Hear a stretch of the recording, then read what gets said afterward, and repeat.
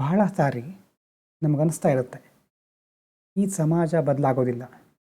ಸಮಾಜದಲ್ಲಿ ಒಳ್ಳೆಯವರಿಗೆ ಬೆಲೆ ಇಲ್ಲ. ಯಾವಾಗಲೂ ಅನ್ಯಾಯ, ಅಕ್ರಮಗಳೇ ನಡೀತಾ ಇರುತ್ತೆ.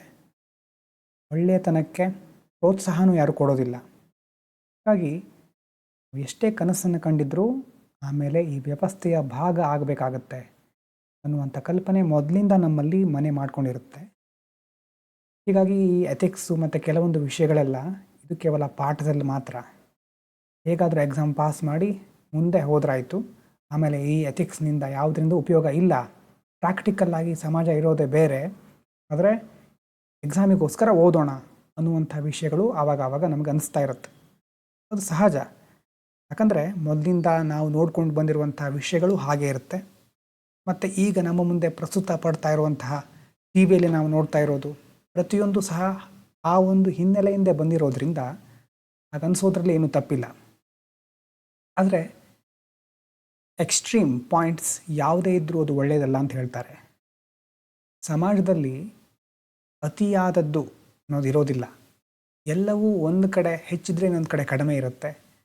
ಓವರಾಲ್ ಆಗಿ, ಒಟ್ಟಾರೆಯಾಗಿ ನಾವು ನಮ್ಮ ಸ್ಥಾನವನ್ನು ಹುಡ್ಕೋಬೇಕಷ್ಟೆ.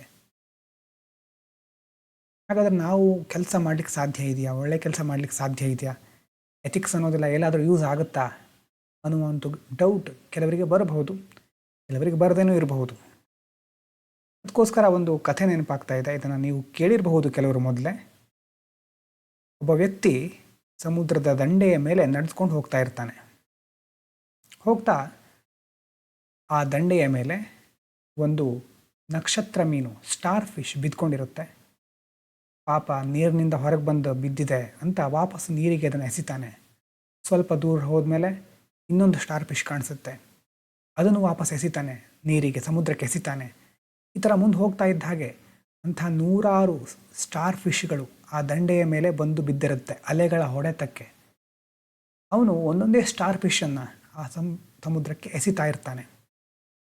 ಮತ್ತೊಬ್ಬ ದೂರದಿಂದ ಬಂದಿರೋ ವ್ಯಕ್ತಿ, ಮುಂದೆ ಇಂತಹ ಸಾವಿರಾರು ಸ್ಟಾರ್ ಫಿಶ್ಗಳಿದೆ, ಎಷ್ಟು ಅಂತ ಅವರನ್ನು ವಾಪಸ್ ಸಮುದ್ರಕ್ಕೆ ಎಸಿತೀಯಾ, ವೇಸ್ಟ್ ಇದು ಅಂತ ಹೇಳಿದಾಗ ಈ ಸ್ಟಾರ್ ಫಿಶನ್ನು ಸಮುದ್ರಕ್ಕೆ ಎಸಿತಾ ಇರುವಂಥ ವ್ಯಕ್ತಿ ಉತ್ತರ ಕೊಡ್ತಾನೆ. ಏನಂದರೆ, ಹೌದು, ನಾನು ಈ ಸ್ಟಾರ್ ಫಿಶ್ಗಳನ್ನು ಎಸಿತಾ ಇರೋದ್ರಿಂದ ಇಲ್ಲಿರೋ ಎಲ್ಲವನ್ನ ಸಹ ನಾವು ವಾಪಸ್ ಎಸಿಲಿಕ್ಕೆ ಆಗೋದಿಲ್ಲ. ಒಂದನ್ನು ಎಸಿತಾ ಇದ್ದೀನಿ ಅಷ್ಟೇ, ಅದರಿಂದ ದೊಡ್ಡ ಬದಲಾವಣೆ ಆಗದೇ ಇರಬಹುದು. ಆದರೆ ಯಾವ ಸ್ಟಾರ್ ಫಿಶನ್ನು ನಾನು ವಾಪಸ್ ಎಸೆದ್ನಲ್ವ, ಅದಕ್ಕೆ ದೊಡ್ಡ ಜೀವನನೇ ಸಿಕ್ಬಿಟ್ಟಿದೆ. ನನ್ನ ಜೀವನದಲ್ಲಿ ಈ ಸ್ಟಾರ್ ಫಿಶ್ ಮುಖ್ಯ ಆಗದೇ ಇರ್ಬೋದು, ಆದರೆ ಸ್ಟಾರ್ ಫಿಶ್ಶಿಗೆ ನಾನು ಮಾಡುವ ಒಂದು ಚಿಕ್ಕ ಕೆಲಸ ದೊಡ್ಡ ಬದುಕನ್ನೇ ಕಟ್ಟಿಕೊಡುತ್ತೆ. ನಾವು ಮಾಡುವ ಕೆಲಸನೂ ಹಾಗೆ. ನಮ್ಮ ದೃಷ್ಟಿಯಲ್ಲಿ ಒಂದು ಚಿಕ್ಕ ಕೆಲಸ ಅಂತ ಅನಿಸ್ಬಹುದು ನಮಗೆ, ಆದರೆ ಅದರಿಂದ ಎಷ್ಟೋ ಜನರಿಗೆ ಹೆಲ್ಪ್ ಆಗಬಹುದು.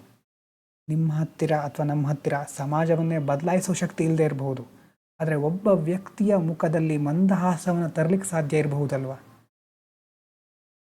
ಆ ಒಂದು ಸಾಧ್ಯತೆನ ನಾವ್ಯಾಕೆ ಅಲ್ಲಗಳೆಯೋದು? ಹಾಗಾಗಿ ಆ ಒಂದು ಆಪ್ಟಿಮಿಸ್ಟಿಕ್ ವ್ಯೂ ಪಾಯಿಂಟನ್ನು ಇಟ್ಕೊಂಡೇ ನಾವು ಮುಂದೆ ಹೋಗಬೇಕಾಗತ್ತೆ. ಒಬ್ಬ ವಿಜ್ಞಾನಿಯನ್ನು ನೋಡಿ, ಎಷ್ಟೆಷ್ಟು ಅನ್ವೇಷಣೆಗಳಾಗಿದೆ, ಎಷ್ಟು ಕಷ್ಟ ಇರಬಹುದು ನೋಡಿ. ಥಿಂಕ್ ಮಾಡಿ ಒಂದ್ಸಾರಿ. ಇಲ್ಲದೇ ಇರೋದನ್ನು ಮನಸ್ಸಿನಲ್ಲಿ ಮೊದಲು ಸೃಷ್ಟಿ ಮಾಡಿಕೊಂಡು ಇದನ್ನು ಅನ್ವೇಷಿಸ್ತೇನೆ ಅಂತ ಹೊರಡುವಂತಹ ಒಂದು ಸಾಮರ್ಥ್ಯ, ತಾಕತ್ತು ಅದು ಯಾವ ಥರ ಇರಬಹುದು?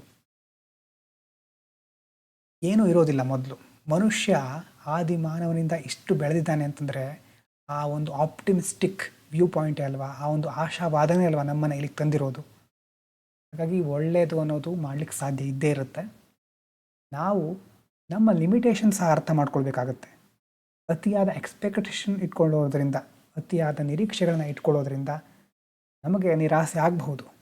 ಅಂದರೆ ನಮ್ಮ ಸಾಧ್ಯತೆಗಳನ್ನು ಅಲ್ಲಗಳೆಯೋದ್ರಿಂದ ಮಾಡುವಂಥ ಕೆಲಸಗಳನ್ನು ಸಹ ನಾವು ಬಿಡ್ತಾ ಹೋಗ್ತೇವೆ. ಹಾಗಾಗಿನೇ ಹಿರಿಯರು ಹೇಳ್ತಾರಲ್ವ, ನಿನ್ನ ಕೈಲಾದ್ದನ್ನು ನೀನು ಮಾಡು, ಬೇರೆದನ್ನು ದೇವ್ರಿಗೆ ಬಿಡು ಅಂತ. ಆ ಒಂದು ಹಿನ್ನೆಲೆಯಲ್ಲಿ ನಾವು ಇಂಥ ವಿಷಯಗಳನ್ನು ಓದಬೇಕಾಗತ್ತೆ. ಎಲ್ಲೆಲ್ಲಿ ಸಾಧ್ಯ ಆಗುತ್ತೋ ಅಲ್ಲಲ್ಲಿ ಅದನ್ನು ಅಳವಡಿಸ್ಕೊಳ್ಬೇಕಾಗತ್ತೆ. ಮುಂದಿನ ದಿನಗಳಲ್ಲಿ ಇನ್ನಷ್ಟು ವಿಚಾರ ಮಾಡೋಣ. Thank you so much.